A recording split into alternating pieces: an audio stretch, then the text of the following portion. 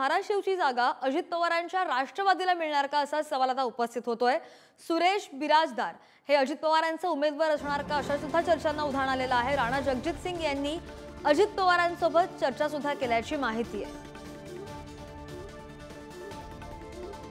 अधिक जाणून घेत आमचे प्रतिनिधी धनंजय दळवी आपल्या सोबत आहे। धनंजय, धाराशिवची जागा अजित पवारांच्या राष्ट्रवादीला मिळणार आहे अशी चर्चा आहे, काय अपडेट आहे?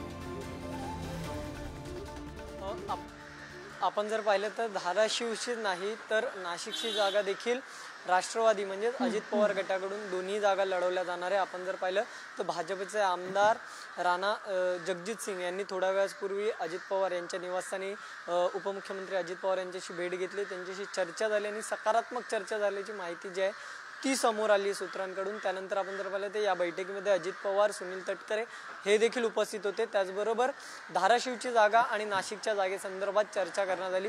नाशिकमधून उमेदवारी जी आहे ती राष्ट्रवादीचीच उमेदवार लढेल नाशिकची जागा। आपण जर पाहिलं तर हेमंत गोडसे हे त्या युतीमधून इच्छुक होते, मात्र आता अशी माहिती समोर येते की युतीमधून आता राष्ट्रवादीचा उमेदवार जी आहे ती नाशिकची जागा लढवणार आहे।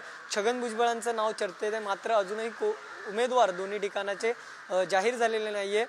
सूत्रांनी दिलेल्या माहितीनुसार उद्या उमेदवार जे आहेत राष्ट्रवादीचे या दोन्ही लोकसभा जागेवरचे उमेदवार उद्या पत्रकार परिषद घेऊन जाहीर केले जातील। त्यामुळे उर्वरित जागा युतीमधल्या आणि राष्ट्रवादी कोणत्या कोणत्या जागेवर लढणार आहे या उमेदवारांची नावं उद्या जाहीरच होतील। पण तत्पूर्वी जर आपण पाहिलं तर हा जो तिढा होता तो आता कुठेतरी सुटलेला पाहायला मिळतोय, त्यामुळे नक्कीच नाराजी नाट्य दूर होताना पाहायला मिळत आहेत। पण याच सगळ्या पार्श्वभूमीवर युतीतले दुसऱ्या पक्षाचे उमेदवार राजी होतील का हे पाहणं देखील तितकंच महत्त्वाचं असणार आहे। पण आपण जर पाहिलं तर धाराशिव आणि नाशिक या दोन्ही जागेसंदर्भात सकारात्मक चर्चा झाल्याची माहिती जी आहे ती सध्या समोर येते।